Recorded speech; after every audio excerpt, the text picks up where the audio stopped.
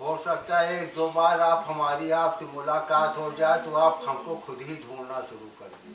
हाँ हाँ नहीं, एक दो बार क्या, अभी से हम मतलब अरे बाबूजी ये आप यूं ही अगर हमसे मिलते रहे तो देखिए एक दिन प्यार हो जाएगा। हाँ, हम मतलब श्यामल ने बताया था, वो सुना था, तो फिर इनसे हमारी बहुत अभी अरे अभी वो है मुलाकात तो हुई, है, तो लेकिन हम बहुत अच्छी यही दोस्ती है। बात बताते हैं हम। आप देखिए हर चीज पर हमको, जिंदगी के हर मोड़ पर आपको नसीहत अगर अच्छी सोच है तो मिलेगी। हम्म?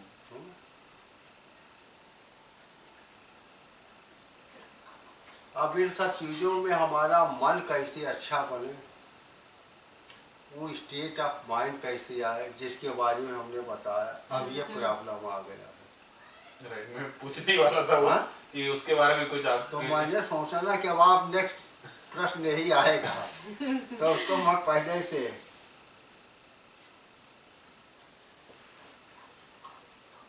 बहुत से लोगों को बेटा क्या करें, कहीं ना कहीं किसी झूठ को हटाने के लिए किसी झूठ ही को फिर हमको बोलना पड़ता है। एक कांटा गड़ जाए आपको पैर में तो कांटा को निकालने के लिए दूसरा कांटे के तो इंतजाम करना पड़ता है। फिर जब निकल जाता है तो दोनों को, है ना। तो पहला काम तो बेटा अगर इस रास्ते में समझ में आए तो इस बात को ले करके चलिए कि हमको एक अच्छी सोच पैदा करना, जो कुछ प्रभु ने हमें दे रखा है उसी में संतोष करना।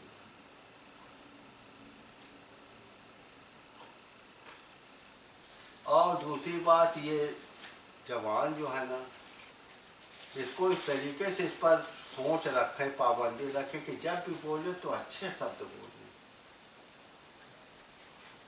ऑलवेज ट्राई टू पे रिस्पेक्ट। अच्छे शब्द को भी प्रयोग कर सकते हैं। किसी को आप नाम, आप ऐसे में क्यों आविष्कार, अरे क्यों भाई आविष्कार, दोनों में फर्क पड़ गया ना बेटा। तो हम ये कोशिश करें कि जब भी बोले एक सम्मान पूर्वक बोले तो उसका रिजल्ट बेटा अच्छा भी आएगा। इसको अगर संभाल ले तो बहुत कुछ सफलता जल्दी मिल जाएगी।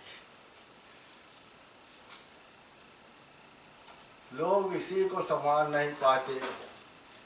आपने महाभारत का सुना था ना, महाभारत में वो दुर्योधन, वहाँ पर एक महल ऐसा बना था कि वो पत्थर इस ढंग का बना था ना, उसकी चमक लग रही थी कि पानी है वहाँ। उसका ऐसा लग रहा था कि पानी है। वो दुर्योधन जैसे वहाँ आया तो अपने धोती को उठा करके चलने लगा। आज जो देयर वाज नो वाटर। तो वो द्रौपदी वहाँ से खड़ी थी, उसको हंसी आ गई। उसने यही बोल दिया कि अंधे की औलाद अंधा। अच्छा, उसका पिता अंधे था ना, धृतराष्ट्र। पानी नहीं है फिर भी उसको उठा के चल रहा है। इतनी सी बात बोलना पूरा महाभारत का कारण है ना बेटी। एक जगह सरदार जी के लिटरेचर को मैं देख रहा था, उसमें लिखा था बोल द फट। उसमें लिखा था कि जख्म माने समझते ना घाव, तलवार जख्म भरे तलवार दा, यानी तलवार का जख्म तो भर जाता है। जख्म भरे तलवार दा, बोल दा फट ना सिल दा। बोली वाला जख्म जल्दी से जाता नहीं, है ना। जबकि ये घाव भी नहीं करता, लेकिन इसको बिगाड़ देता है।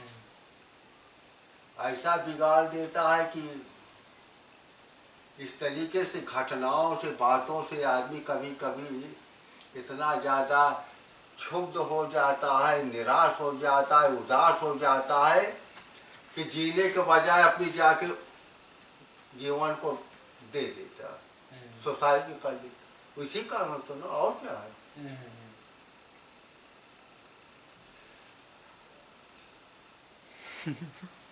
तो इसको थोड़ा सा, अगर जिस आदमी ने इस पर थोड़ा सा काबू कंट्रोल, पा लिया, हाँ? काबू पा लिया।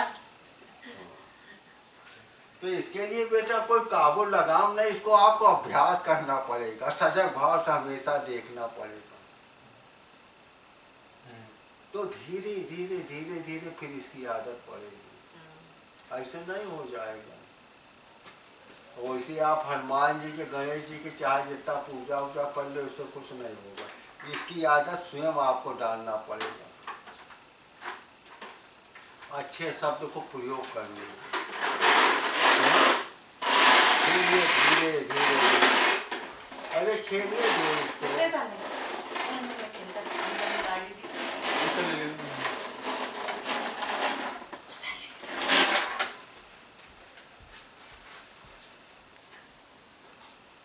तो इसके लिए आपको आदत डालना पड़ेगा, है ना। बहुत सी चीज़ें हैं जिसको आप हमसे किसी से ईर्ष्या नहीं करना, किसी से सब चीज़ें समझते हैं। लेकिन बेटी हमारी बातें आपको लोगों को ये भी बताते हैं, हर चीज़ आदमी समझता हुआ भी मौके पर फेल हो जाता है। ये भी घटनाएं घटती हैं, सब कुछ जानता है, समझता है, और फिर भी घटनाएं घट जाती है। आग लग के सारा घर खाक हो जाता, बाद में फिर पछताता है कि हमको ऐसे, जानता है, समझता है, फिर भी घटनाएं घट जाती हैं। क्योंकि मन का इतना ज़्यादा प्रभाव हमारे ऊपर प्रकृति का है कि हमारी सारी प्रॉमिस, सारी हमने जो तय किया था कैसा नहीं करेंगे, सारे हमारे जो अब ये नहीं करेंगे, ये नहीं करेंगे, सारे हमारे जितने भी हम वादा उदा थे सब भूल जाता है ना। घटनाएं प्रकृति, इसके मतलब हमसे जोरदार है। इसका मतलब आप यही समझ, इसी को लोग कह देते कि भाई माया बहुत है ना, सुना है ना, यही ना उसका मतलब। अब आप समझ गए कि प्रकृति और माया का प्रभाव होता ना जीवन में।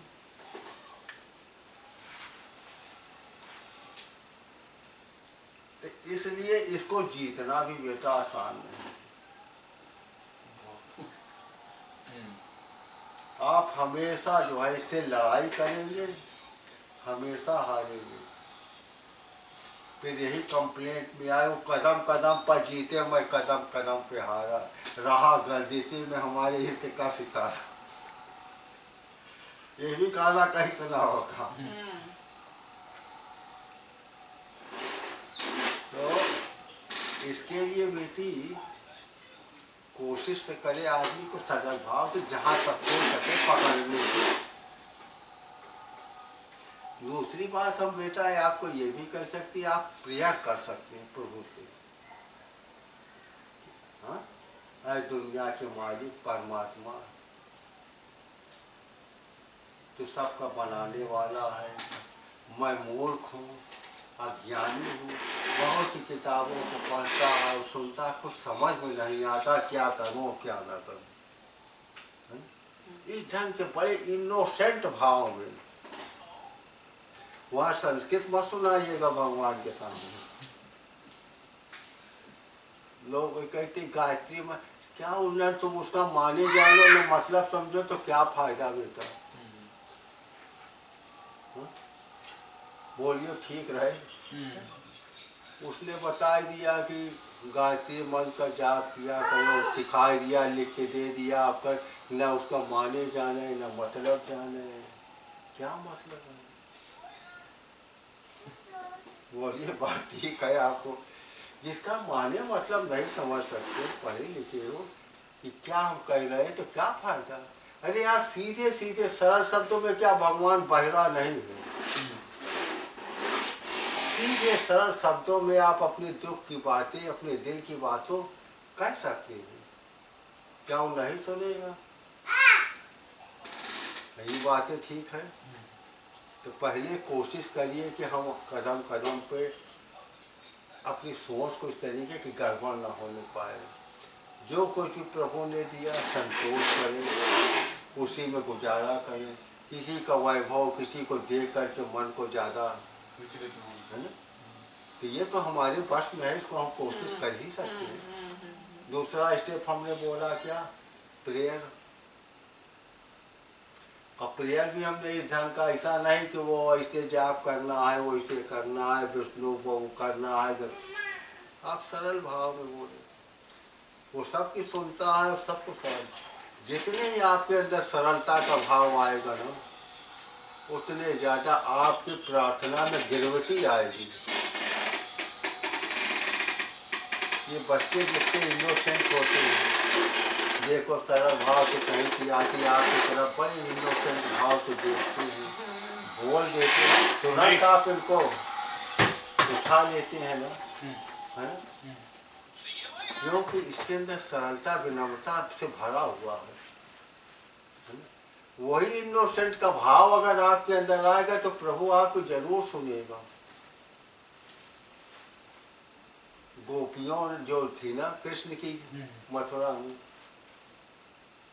भगवान को लोग पूजा करते, गोपियां कहते वो चोर आ गया है। आपने इंडिया में कभी ये भी देखा होगा, कुछ रिलेशन ऐसे होते हैं तो कुछ गाली भी बक देते हैं, ऐसा होता है ना, क्यों नहीं सीखती जी?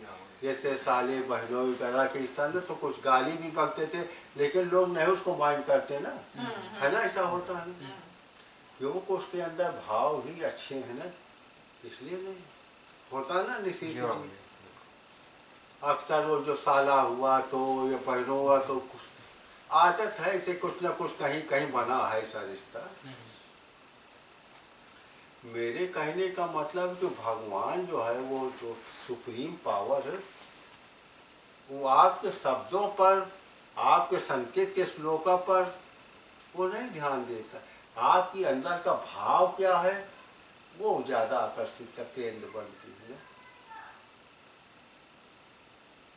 आप दुनिया में कोई भी चीज़ें लेने जाते हैं तो आप पूछते हैं कि भाई क्या भाव का दिया, भाव पहले पूछते हैं ना, तो बिना भाव के वो है ना। अब दूसरी लाइन आ गई ये है प्रेयर। और तीसरी चीज़ें कुछ ऐसी है बेटा कि जिसको कुछ साधना वगैरह बताई गई, उससे करने से इसका असर आपके मन पर, सोच पर पड़ता है। आप उसको करना चाहे तो उसके लिए कोई ऐसा नहीं कि घर छोड़ना है, द्वार छोड़ना है, ऑफिस छोड़ना है, बाजार, कोई मतलब नहीं। ये सारे लोग उसी को करते भी हैं। आप अपनी सांसों पर याद देखिए कि आपकी सांसें आ रही हैं, जा रही हैं। सांसें कभी बंद होती है क्या? चाहे either you are in toilet, or in market, or in office, or in bed, कहीं में रहे, क्या बंद होती है?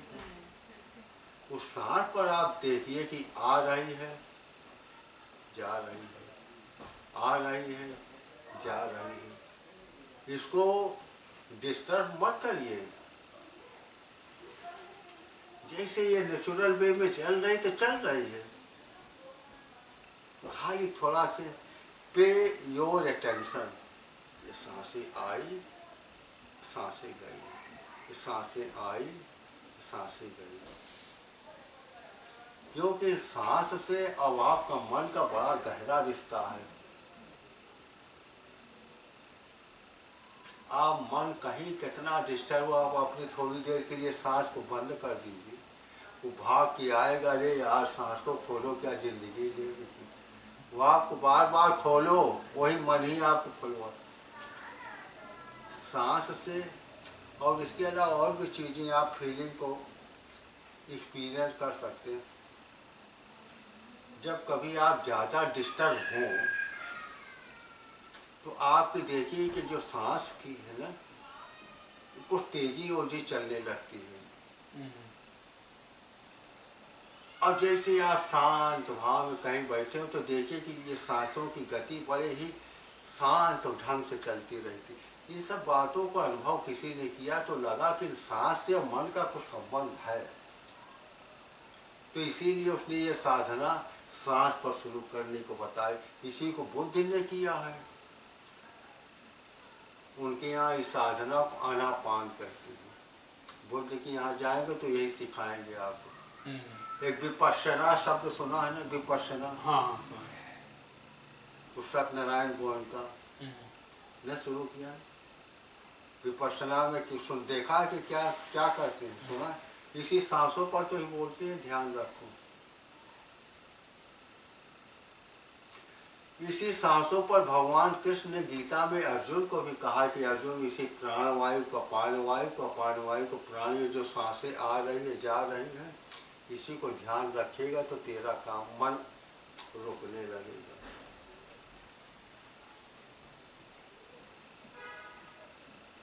तो हमने बेटी साधना भी बता दी है। हमारे गुरु जी ने इसको इस ढंग से बोला, आप भी उस ढंग से कर सकते हैं। इसी को कबीर ने भी किया है, इसी को नानक जी ने भी किया है। हमारे गुरु जी ने ऐसे बोला कि जब सांस आती है तो ये सोचिए कि सांस के साथ हरि शब्द जा रहा है।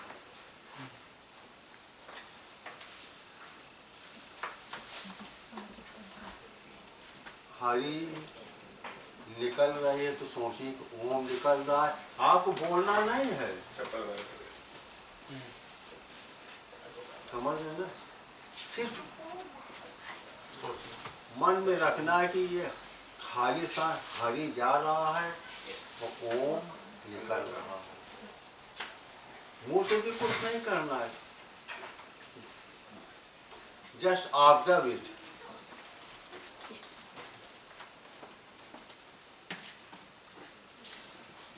समझ गए? इससे बेटी आपका मन जिस चीज को पकड़ने के लिए आप तरह तरह के करेंगे ना, ये बड़ी आसानी से आपके मन की ताकत को बढ़ा देगा, ताकतवर।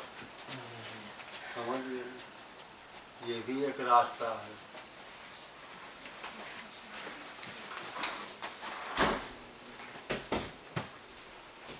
ऐसे कई कई रास्ते हैं, इसको भी आप कर सकते हैं। मैं तो समझता हूँ कि इसमें कोई दिक्कत नहीं होगी। और आप चलते फिरते चाहे पार्क में हो कहीं भी हो, ध्यान रखना। इसको कुछ दिन ध्यान करके देखिए फिर क्या होता है। लेकिन ये आपको मन को मजबूत बनाएगा, ये नहीं कि पैसा वैसा आपके घर में दौलत आने लगे, ना सोचिए कि ये घर में कोई बीमारी ना आएगी, ये सब बातें नहीं। मन जरूर आपका स्वस्थ बनेगा, पावरफुल बनेगा। जिस आदमी का मन पावरफुल स्वस्थ हो जाता है ना, वो दुनिया के सारी ज्ञान को बातों को जान लेता है। विवेकानंद ने अपने एक जगह कहा है, ये तुम्हारा मन ही विश्व की सारी पुस्तकालयों का ये लाइब्रेरी है। और उसने कहा भी ठीक है, जिसने इसको जान लिया, मन पर जिसकी एकाग्रता आ गई ना, वो दुनिया की सारी ज्ञान उसकी अपने आप आ जाएगी। ये भी मैं बता दूं, ये विवेकानंद ने बोला। देखिए, ये आपका मन विश्व की असीम लाइब्रेरी से भरा हुआ है। ये बात ही बिल्कुल सही उसने बोला है।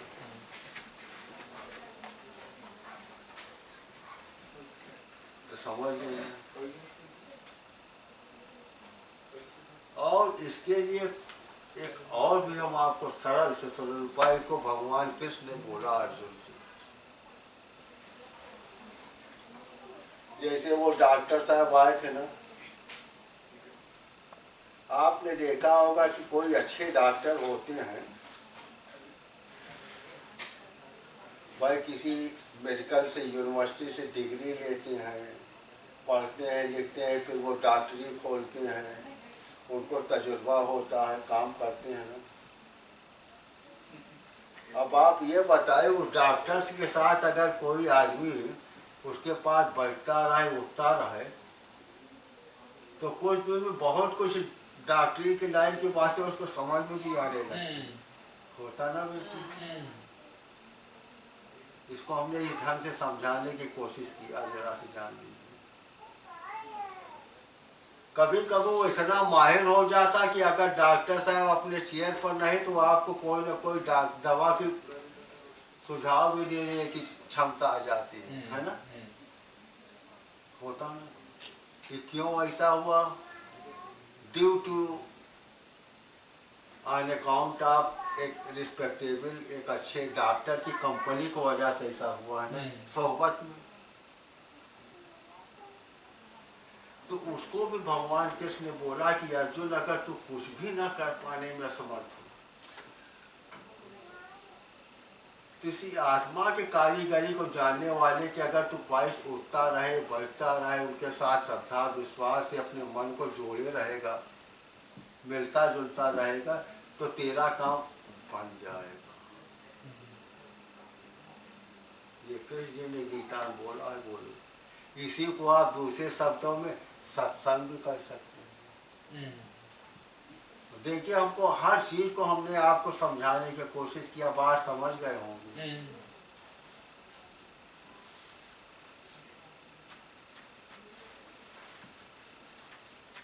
अब आप बताइए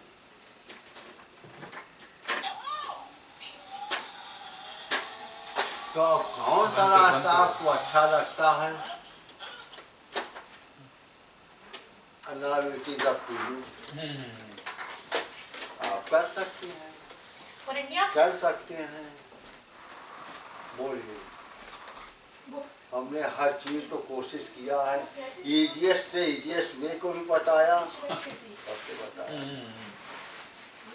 और मैं तो समझता हूँ कि बेटी ये चीज, ये रास्ता जो हमने आखिर बताया ना, ये बहुत ही सरल है।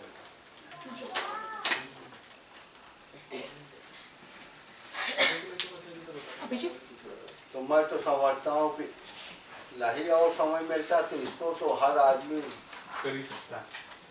कर सकता है। इसमें ये देखिए शुरू में भी ये बातें आई हैं। अब आप सोचेंगे कैसे कैसे होगा। यही बात है जो हमने आपको बताया ना कि मन को मजबूत बनाने में, मन को नियंत्रित करने में। किसी ने महात्मा जी से पूछा कि मन का निग्रह करना तो है तो बड़ा कठिन समस्या। तो उसने यही प्रश्न पूछा, इसमें लिखा है क्या कोई इस विषय में हमारी सहायता कर सकता है? तो महात्मा जी ने बोला हाँ, जिन्होंने अपने मन को पूरी तरीके से एकाग्र कर लिया वो आपकी सहायता कर सकता है। ये बातें वैसे ही जैसे हमने बताया कि एक अच्छे डॉक्टर के पास अगर वो ध्यान दे करके उसको सुनता रहेगा, काम करता रहेगा, तो उसको बहुत सी डॉक्टरी आ जाएगी। यही राज इसी को कृष्ण ने भी बोला है, अर्जुन अगर तू कुछ ना कर सके तो इसको तो कर लो, तो तेरा काम हो जाएगा।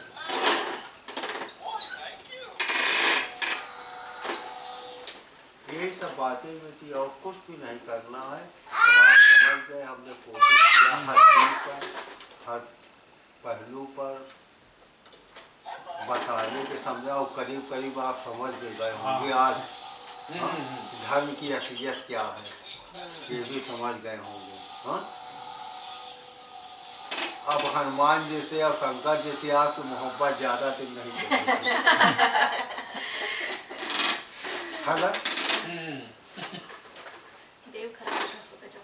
यही सब बातें हैं, आपको करना है, समझ लीजिए। कोई दिक्कत आता है तो वो आविष्कार महात्मा सब आपको बताएगा, उसको आप कम ना समझिएगा।